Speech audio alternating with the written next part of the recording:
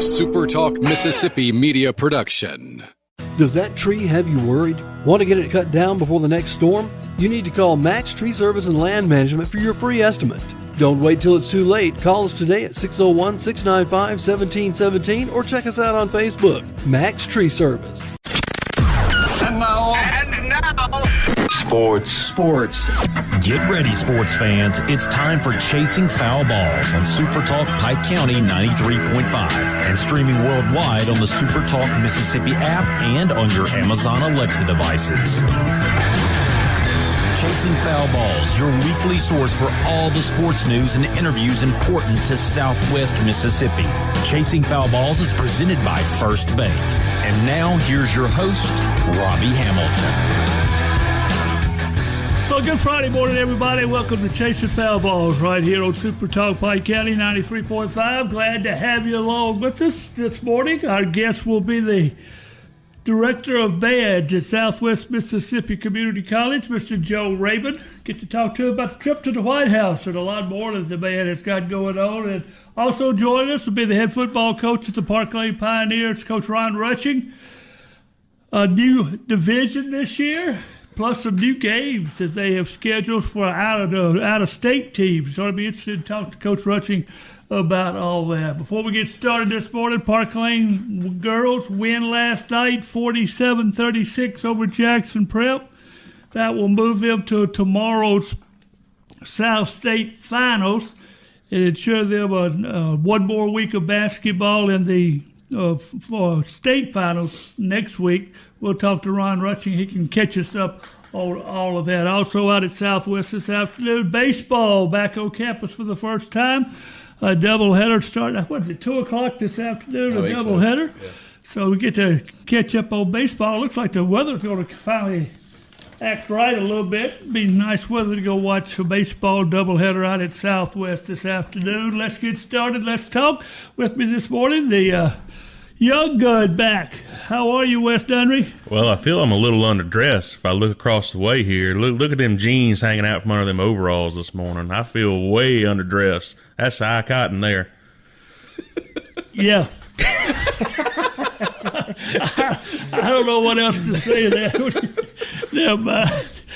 Thank goodness we're just on radio. That's all I'm going to say. That's why they're called overalls. With me and Richard, we are definitely dressed for radio this morning. No doubt about that. Richard, hey, with us. How are you, TP? Well, just fine. You been playing with them cows? Well, yeah. Maybe the wrong way to play that. You been doing the cow work? Yes, sir. 3 days at Dixie National Livestock Show, Dairy Show. So went up Tuesday, got home last night. Back at it again this morning. Good to be here. Plenty to talk about this morning. And also, if you want to catch up on what's happening during the week in sports, you can go to our Facebook page, Chasing Foul Balls. Take a look there. It'll catch you up on what's going on. Well, guys, Super Bowl week, let me ask you this. 1 to 10, what's your interest in the Super Bowl Sunday? About a 3, if I'm being honest.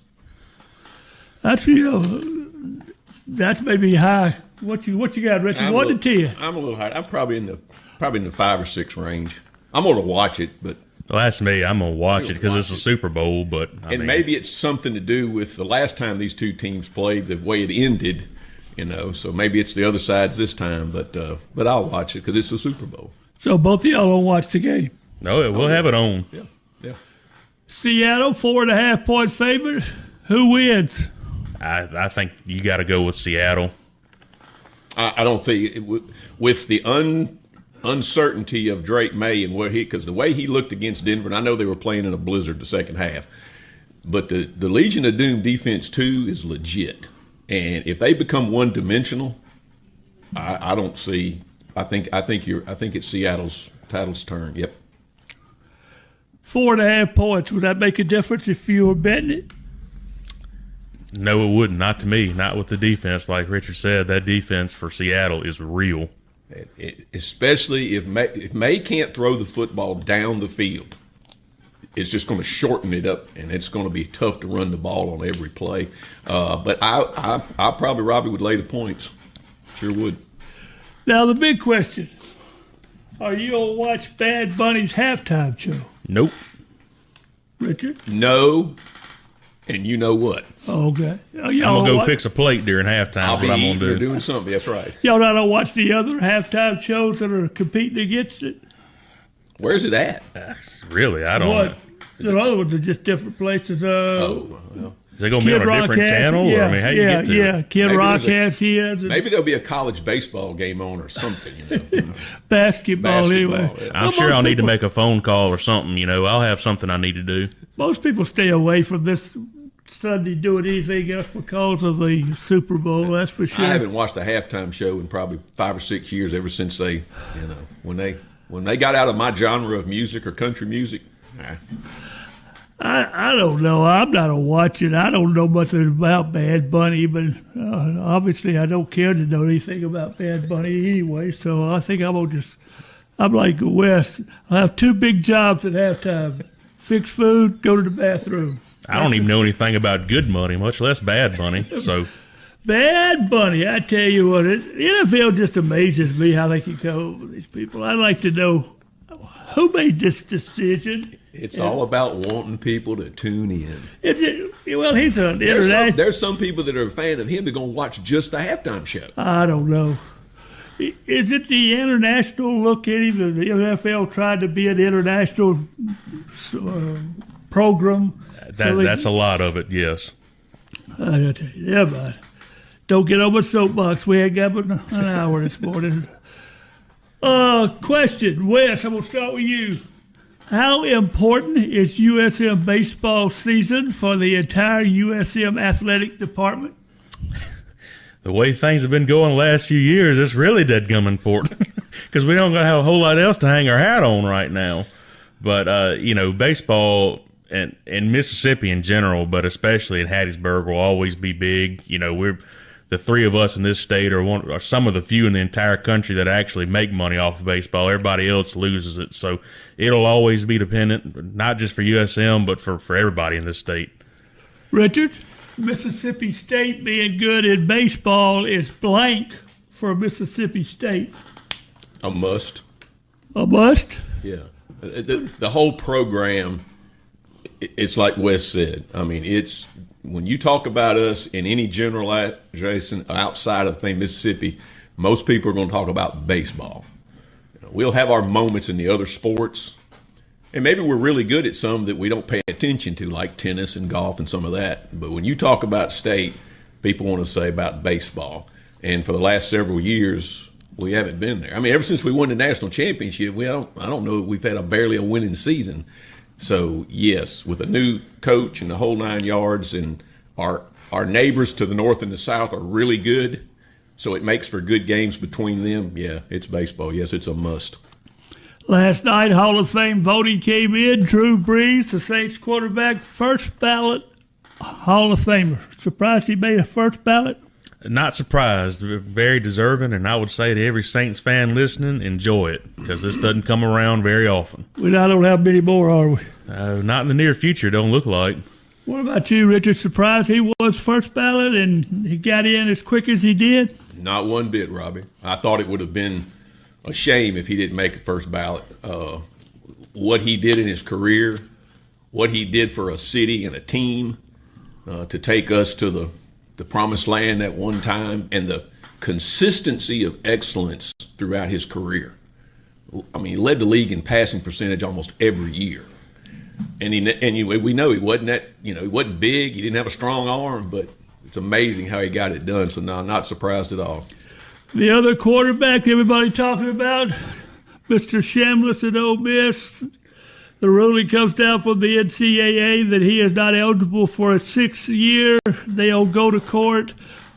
Richard, number one, are you surprised the NCAA ruled he's not eligible?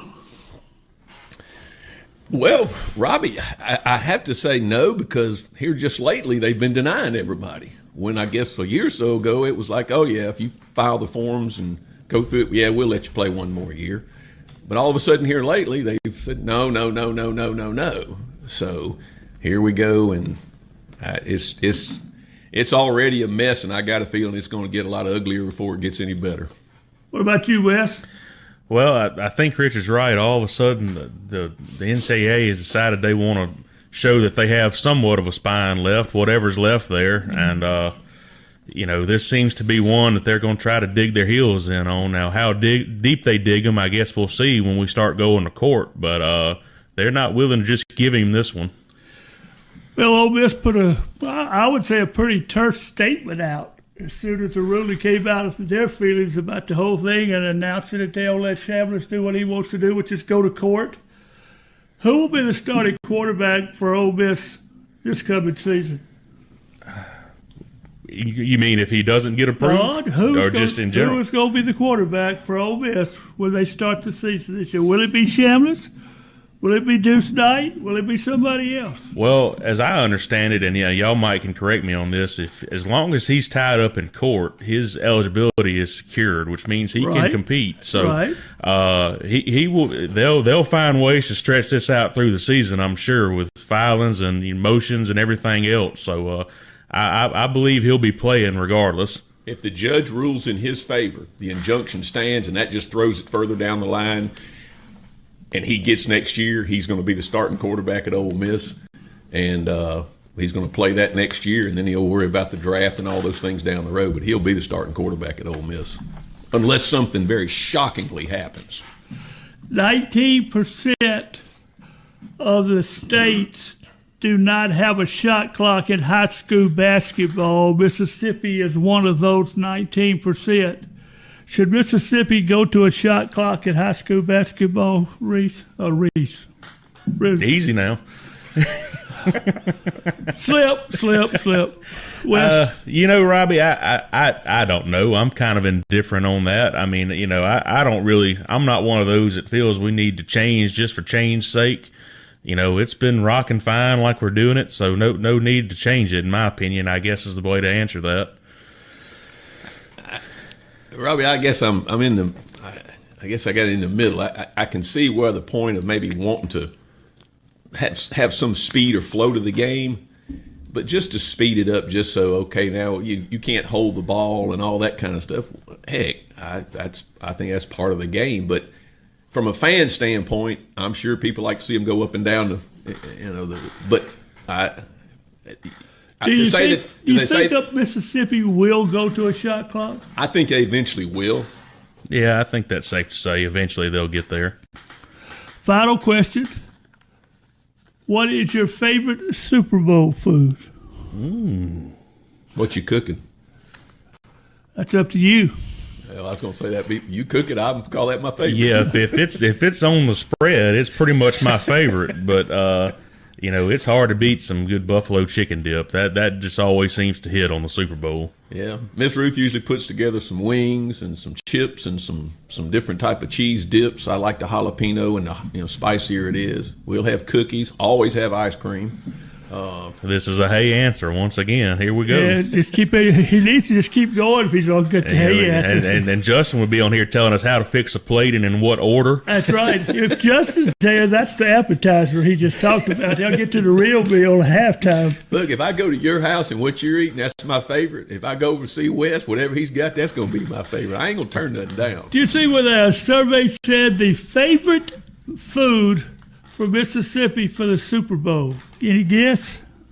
I saw this, but I don't remember what the answer was. Yeah, I heard about it earlier. Saw it, yeah, and it was a surprise. It was a shocker. Quesadillas. That's what it was. Most important food for the Super Bowl in Mississippi. Who's making quesadillas? I'm coming over. Well.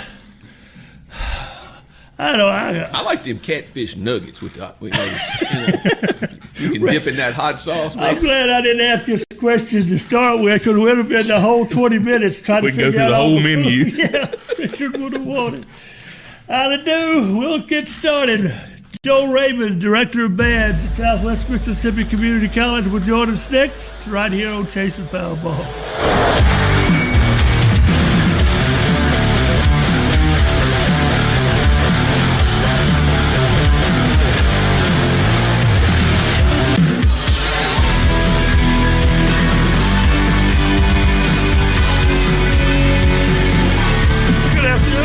Back to Chasing Foul Balls right here on SuperTalk Pike County. Glad to have you along with us again. If If you missed the programs, don't forget you can go to any of our places with you can hear the replays of the program on our podcast.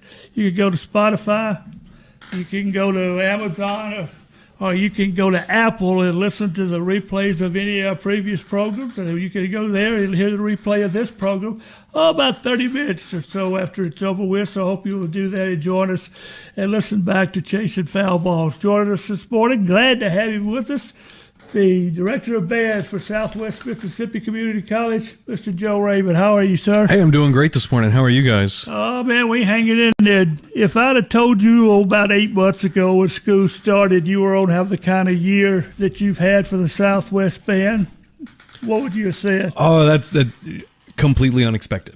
Some of the opportunities that we've been able to do with our band students and our programs across the music department this year to go out and perform across the state and across the country. It wasn't on the agenda when we planned the year, for sure. The big event that I would think is the White House trip for the Southwest Stage Band. How did that come about? So we actually saw an Instagram post from the White House saying they were looking for musical acts to come in during the Christmas season and provide entertainment for Christmas events inside that White House. So we responded to the Instagram ad, followed the procedure there, submitted applications and videos. Our understanding is that there were some 30,000 applications sent in, and we were one of the ones selected for that performance. We're the only school group that was selected. We're the only band and singing ensemble that was selected. A lot of the other groups were small quartets of local area musicians, or a single person sitting in the corner of the room with his guitar. We were the only large ensemble selected for that, so it was really special. How was the trip?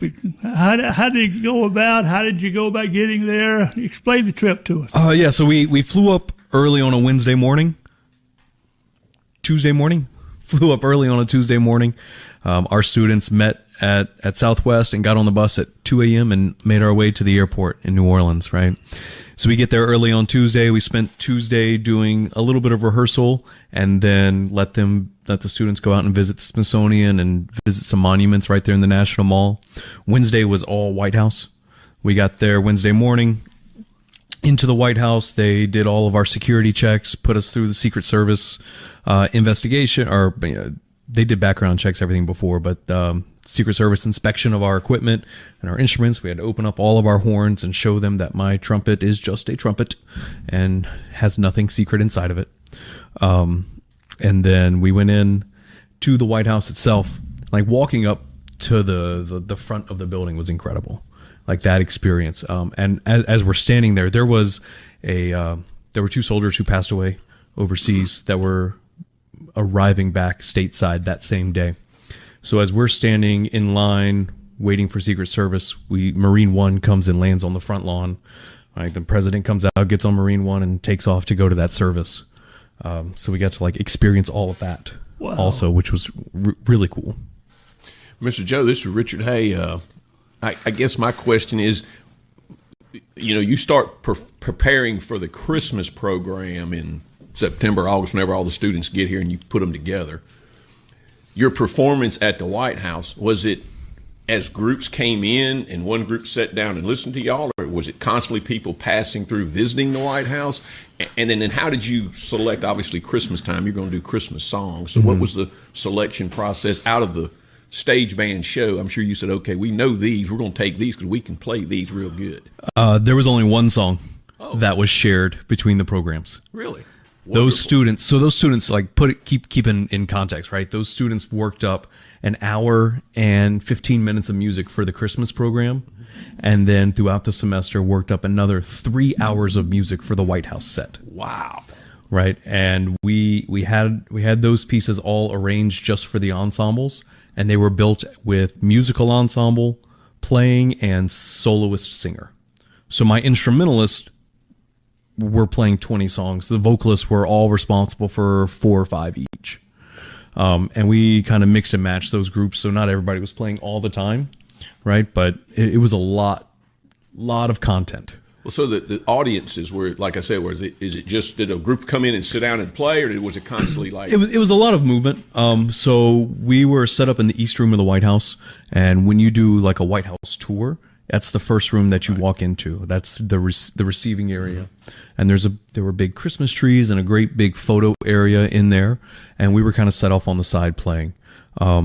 Cindy Hyde-Smith and Michael Guest, Congressman, they came in and they stayed for a couple of felt like a little over an hour each with our group, and they were there visiting with Dr. Steve Bishop from Southwest, who made the trip with us, and then there were just groups continually moving with senators and congressmen, like bringing people through, and small groups of people that would come through, and they would hang out for 20 or 30 minutes and watch a handful of tunes and then move on.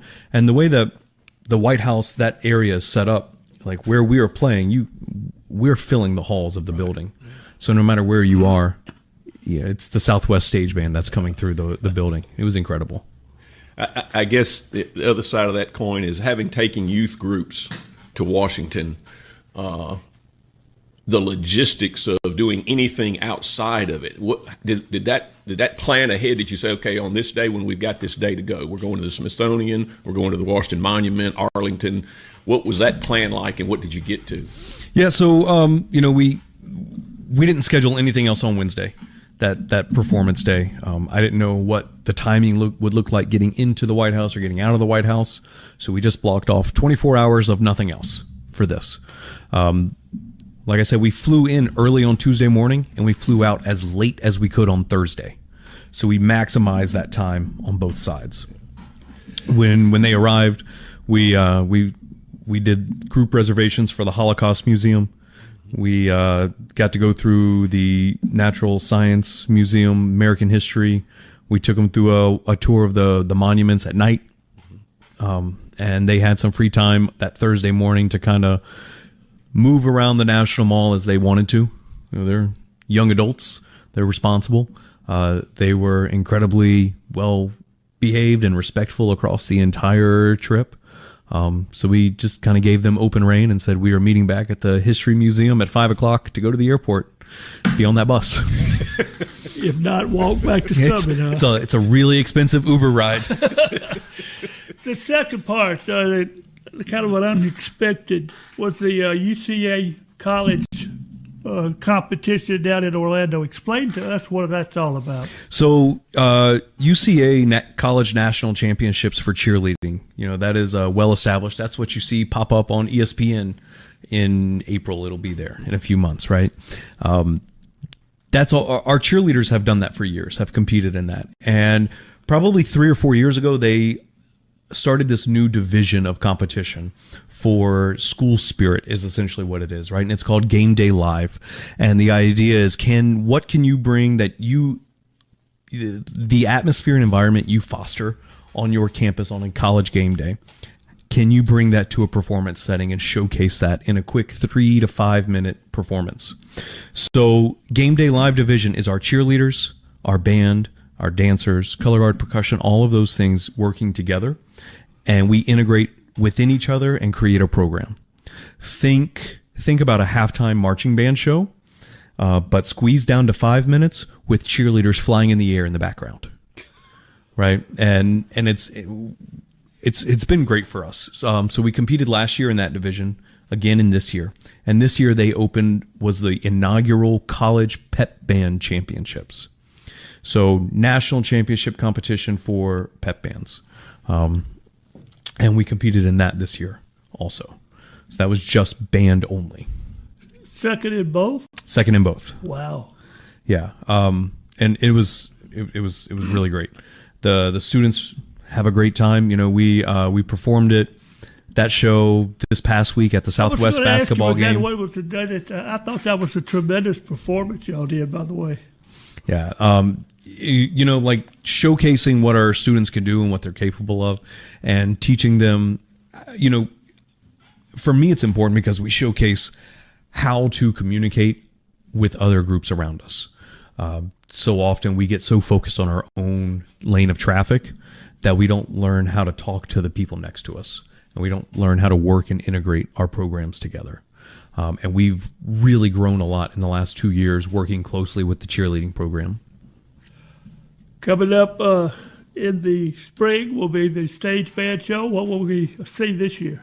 So the stage band show is the last weekend of March, and those dates are the 26th is opening night, 26th through the 29th of March. And our show this year is based on dreams and imagination, right? So you'll hear those themes thematically of Willy Wonka Pure Imagination scattered throughout the show. But it's the spring program this year is all about what dreams come to your mind. What are you looking forward to? What are your goals in life? What are you trying to find and pull back into for yourself? Joe, first off, before I get this question, congratulations on taking this university or this school here and putting it on the national stage and the worldly stage, because when I was here in 1977, some of the biggest fun we had was when we had a stage band show. It was great, and it's been that way for 40-something years since I've been here, and I come as often as I can. And to have that on a national stage in the White House was just a tremendous plum off, for us. My question is when you get students in every year, you get a freshman group every year, how do you just have open auditions, or do people come, or do you go out and recruit at places and say, hey, I want you to come because I could see you doing this? How do you go about that process of putting the stage band or the pep band together? Yeah, absolutely. So the pep band, as we're out recruiting instrumentalists for the band program year round. That starts, I'm right now I'm looking at sophomores and juniors at our schools in the area, talking to those students. And I'm already putting that in their minds. Like, look, this is the spirit program thing that we do, and I think your energy would be great for this, And then with stage band, it's the same idea. We're looking for the best musicians we can find, the best musicians in the area, and those students that we believe are able to be strong performers. Having a great voice is only half of the production. If you're not able to stand up and be a star, then you're missing an element. So when we find those performers, we really try to recruit for them. We do have open auditions. Those are usually the Saturday morning of the spring stage band weekend.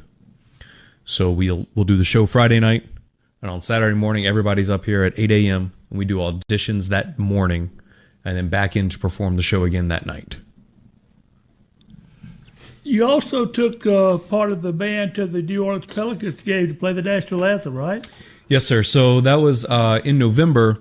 Veterans Day weekend was their military appreciation weekend, our military appreciation game, and we were asked to bring our brass quintet. So 5 students and myself traveled to New Orleans, and we played the national anthem for the military appreciation game. We've played down there before at the Pelicans. We've done the national anthem for the Grizzlies a couple of times before. I'm in the National Guard. I play in the 41st Army Band out of Jackson, and so we have some connections there. And when they started reaching out looking for someone to perform at that particular game, military appreciation Veterans Day game, I was able to make that work for us. Richard got into this, but I just want to follow up on it. If somebody's listening, they want to talk about joining the Southwest Stage Band, how do they go about doing it? The easiest way is to send an email to band@smcc.edu that says, I play the trumpet, how do I come hang out with you? Essentially. You give that information out. It's like, this is my name, this is where I go to school, I want to do that. You can also go smcc.edu/music to our website, and there's a scholarship application right there on the top of the page. Just thought I had a question, and I thought about it back in I was here about what we got to hear. How do y'all put the program together? Are you going to play some classic rock songs or some country songs, or Christmas time? Obviously, Christmas time. I mean, you're going to have a Christmas theme, obviously, but springtime. How do you put that together? And does the band members say, "Hey, I'd like to play this one," or say, "Nope, these are ones we're going to play"? How do y'all come about that that? We try to create that environment and that culture of collaboration. That, we do it with the cheerleaders in the band. We do the same thing in stage band. We have a concept and we have some general guidelines, and we ask the students, what do you want to do? What can you be the most successful at? Right? Especially you look at vocalists, soloists, and things. And it's really interesting because the Christmas show and the spring show, this is Christmas music, and this is another concept that we've created, right? But if you were to look at the two shows and watch the two shows and compare those set lists, it follows a really similar formula. That's right. Right? Large group ensemble. There'll be some Motown. There'll be some country. There'll be an edgy rock and roll piece. There'll be some gospel thrown in there. There'll be small women's ensembles, men's ensembles, vocalist solos in with a big number. And when they perform at this level, where do most of them go? Do they go on to another higher university college and perform? Do they go and perform somewhere? Where does it lend them to when they get through with the stage band here at Southwest? Instrumentalists, we have instrumentalists that are performing in every university in the state right now that came from Southwest Band, scattered in Oxford, Starkville, Hattiesburg. They're in Jackson, Belhaven, Alcorn, Jackson State, all over. Vocalists, the stage band program here is the most unique thing that exists in this state. It's unmatched. It's unparalleled. There is not a comparable program to what we're doing. What I have found is that students that perform with the stage band go on to do maybe some theater in their next university, or they just find opportunities to keep performing in their churches, but they understand large production and how to put together a large production, right? So that lends them, if they're in the future, if they want to do musicals, or they're a teacher and they're looking for someone to take over that theater program, they have that opportunity, right? A lot of our students are also learning how to run sound and live sound and run a lights and build design a light show on the board and operate that. So they're getting viable skills on top of it. Scholarships available? Absolutely.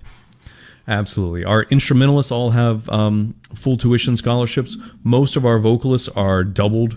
It's a lot of band students that also sing, right? Choir scholarships are there for all those students, and then stage band has an additional scholarship as well. We've talked about the band. Here's the big question. Joe Raymond making it to Paris for the Saints game?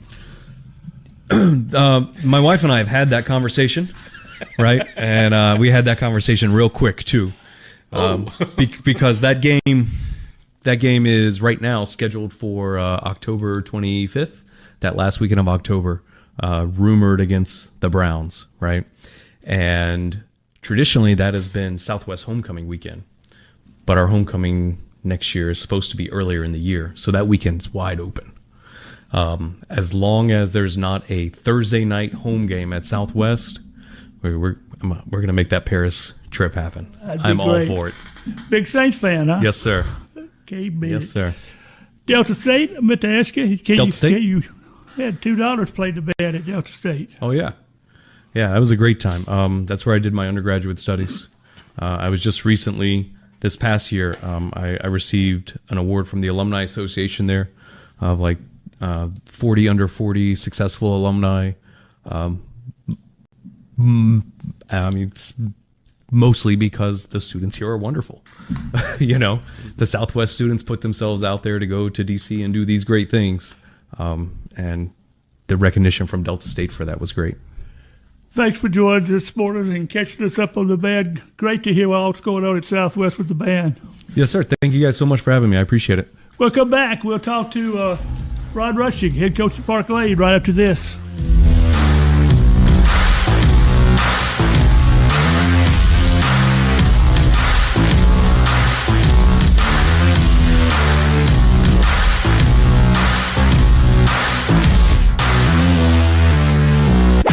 Sports. And now sports. You're listening to Chasing Foul Balls on SuperTalk Pike County 93.5 and streaming everywhere on the SuperTalk Mississippi app. Chasing Foul Balls is presented by First Bank and brought to you by Guy's Pharmacy. Now back to Chasing Foul Balls on SuperTalk Pike County 93.5.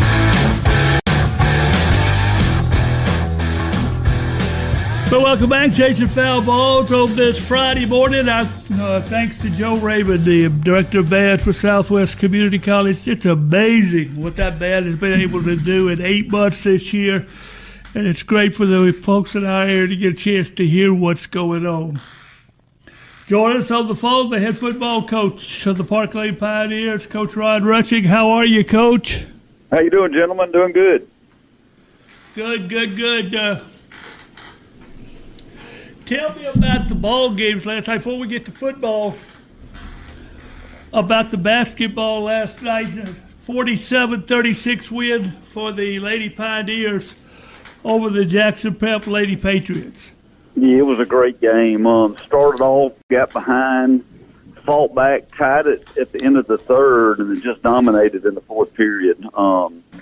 Outscored them pretty good bit.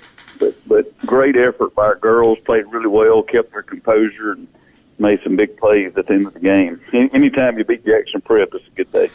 Now, what does that mean for Parklane as far as the Lady Pioneers? They play in the South State Final Saturday, but they move on next week?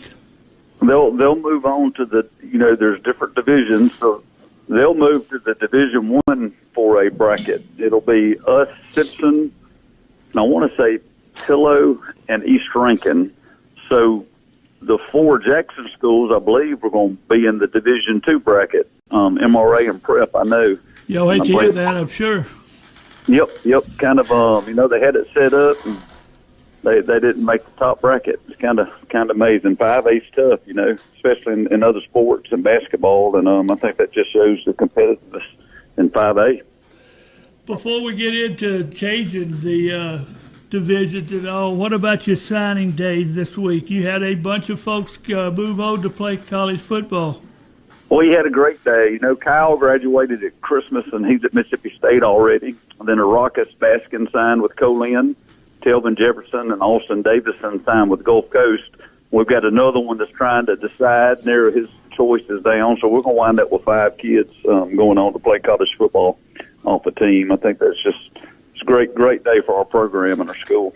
No doubt about that. Now, let's talk about how it's going to change.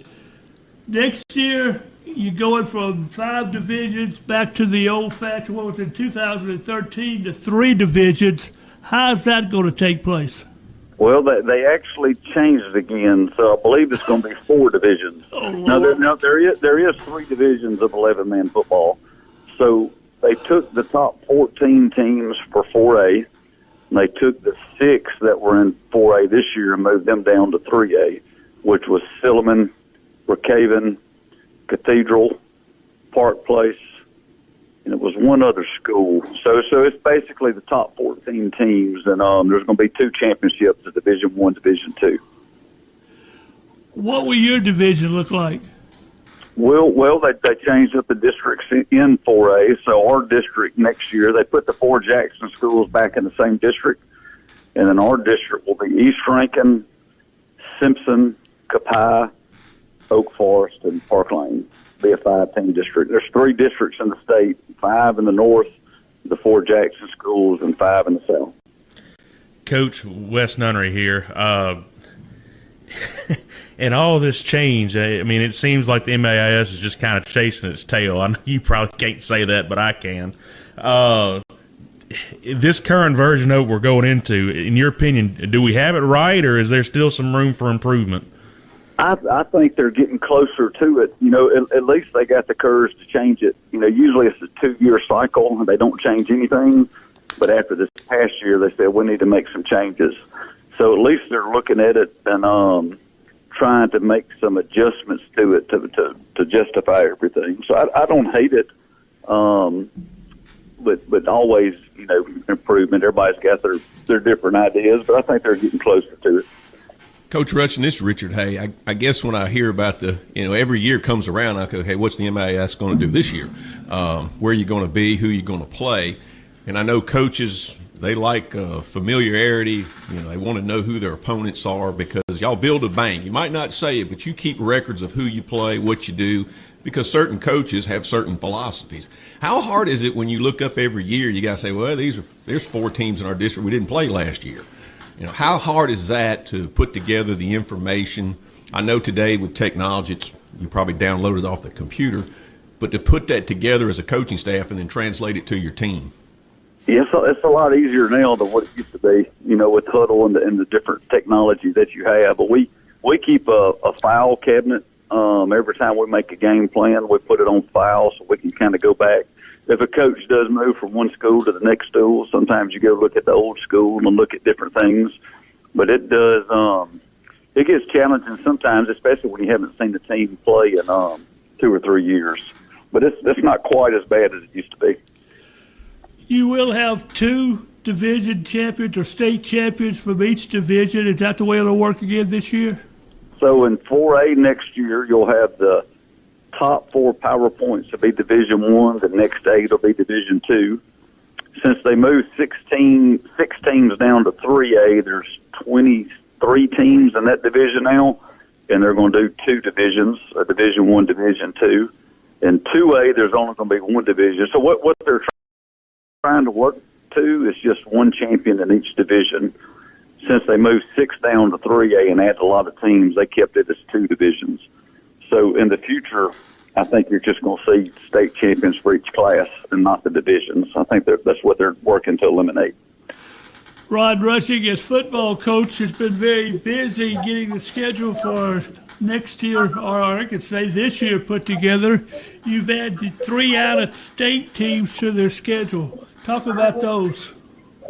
Yeah, we're excited. We just, you know, it's all about exposure for our players. We want our guys to have good film, not putting down anybody. But last year we had 8 games where it was a running clock before halftime, and just didn't get a lot of great film. So we said, hey, we'll just go. We'll go play some really good teams and get some exposure for our players so they can get their names out there. Gulf Shores High School is a big 6A school on the coast. That's where Mark Hudspeth's at, former Division I coach. Their whole staff is Division I coaches. Van Gordner was a defensive coordinator for the Jacksonville Jaguars and Notre Dame at one time. Kenny Edenfield, who's from Clinton, Louisiana, is the offensive coordinator, who's been a Division I offensive coordinator for 20-plus years. Got Parkview Baptist from Baton Rouge coming here, great tradition, big private school in Baton Rouge. And we're going to play Dunham School from Baton Rouge, who has the #1 quarterback in the class of 27 in the country. So great competition, good chance for our guys to perform against some great talent. Well, how will you handle the Gulf Shores trip? I know that's the first game of the year. You'll go early, stay a day. How's that all work out? We'll probably go down on Friday morning, still trying to figure out all the logistics of everything. We'll go down on Friday, play the game, probably stay the night and come back. We'll see how many of our kids or families are wanting to stay down there for the weekend, and then we'll make some decisions on that. But it'll be a fun kind of destination trip. They're going to make a big deal about it. I think they're going to call it Battle of the Beach, and it's going to be a big time game for our community and our program. You said Kenny Edenfield on that coaching staff, former Southwest Community College head coach. That's correct, yep.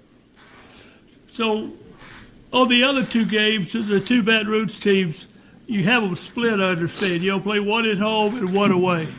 Well, we've actually changed it. They're both going to come here next year.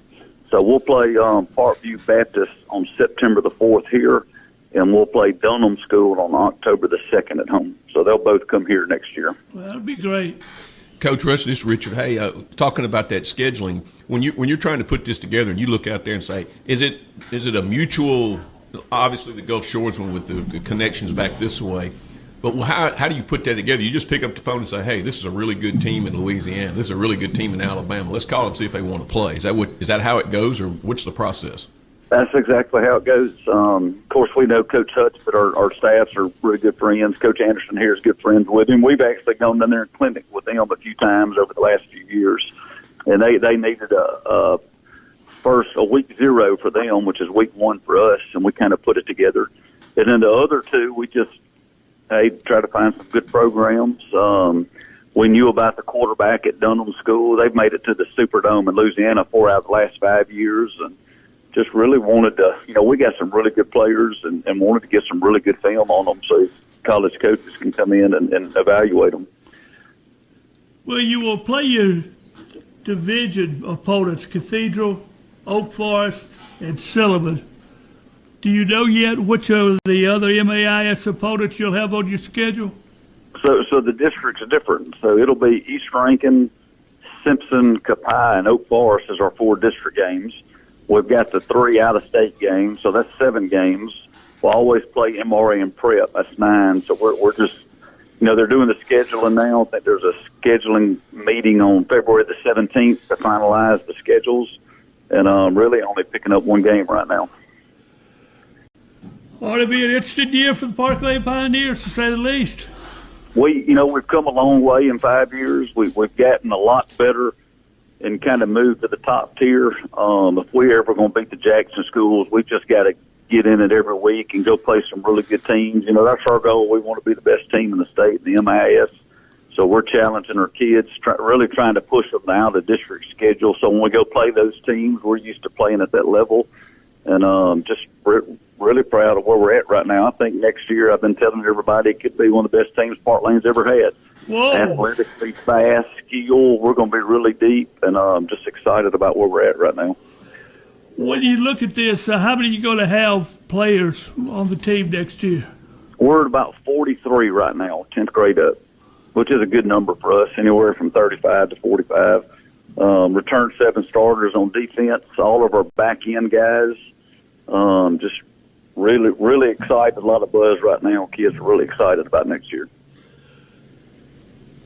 When do you start practice? You have summer workouts. When does your actual fall workout start? Yep, we're going right now in the weight room 4 days a week. We'll do spring probably the last week in April, first couple weeks in May. Give them off the end of May, and then we start, I actually believe, on June the 1st this year, that Monday, is our summer workouts. First day of official practice will be July the 27th on that Monday. Coach, thanks for joining us and catching us up on Parklane. Good luck to the Lady Pioneers tomorrow in the South State Championship. Thank you. Hey, we're really proud of our basketball teams. Both got a chance to compete for a state championship, so best of luck for them tomorrow. Always love listening to y'all, and thanks for having me on. Thanks, Rod. Appreciate you taking the time. Yes, sir. Rod Rushing, the head football coach at Parklane. That's a different schedule, guys. Well, I don't know what he's doing over there. I think he needs to schedule a little tougher. I don't know what he's thinking, but that Gulf Shores High game. That's serious, guys. But the quality of the opponents that are going to come to Macomb, Mississippi, you bring in the number 1 ranked quarterback in the 27 class is going to come and play. Football fans, you need to show up and watch that, because when you start bringing that level of talent here, you can see that it's big time. You put it the way that I reckon we'd have to put it, Wes. When are we going to get to a system that works? So this, every year a change of 5A, 7A, 3A, 2A. This is ridiculous, guys. What are we doing here? What's the end game? We just keep chasing our tails around in the same circles. Let's land on something and go with it, right or wrong. Let's just do it. Stay with it 2 or 3 or 4 years. Give it a chance. I was just going to say, if you're going to change that much, at some point in time, give something a chance to see if it works. If it takes 3 years and say, okay, we knew this probably wasn't going, but we stuck it out, maybe you make a change. But every year, and you got schools moving all over the place, and it's not just so much of moving teams around in districts within classifications. You're creating new classifications, taking classifications away. Let's settle on something. Do us for this Friday on Chasing Foul Balls. Our thanks to Joe Raymond for being with us. Coach Rod Rushing for joining us. We'll end it a little bit different this morning. My buddy Shaw Furlow has a brand new song out called Home. We'll end Chasing Foul Balls with that. Man, it's good to be back home. I've been gone for too long. I grew up here, it's where my roots are. I learned to pray and play a guitar. And me and Laddie stole my mama's car. It's where I belong.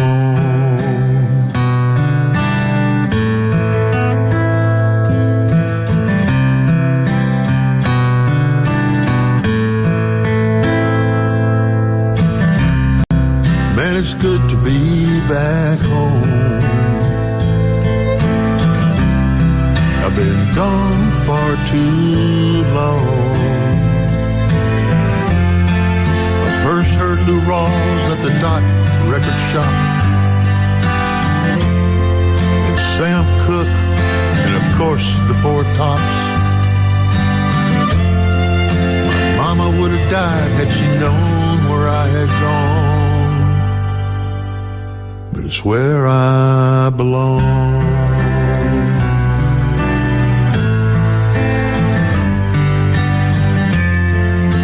Me and Ed used to meet down by the big steps, and Steve and I stole his old man's cigarettes.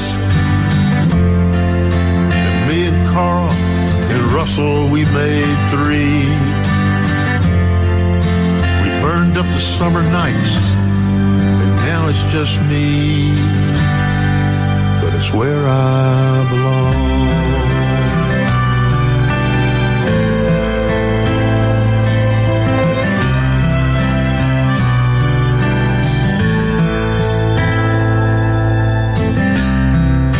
It's good to be back home, where the kids play in the street all day long. The mamas and the daddies that teach them right from wrong, help them with the homework, 'cause they know it won't be long before they're writing their own hometown song. Where I belong.